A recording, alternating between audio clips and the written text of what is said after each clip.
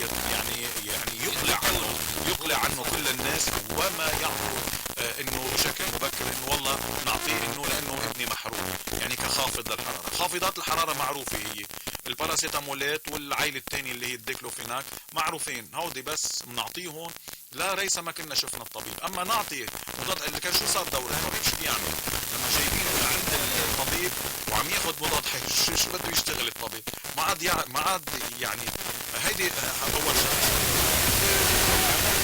مضاد حيوي على صحته، مش بحاجته. الشغله الثالثه واللي هي عم تصعب العلاج، الابيوز، بصير في ريزيستنسي، بصير في مقاومه من الجراثيم للمضادات الحيويه. هذا الشيء عم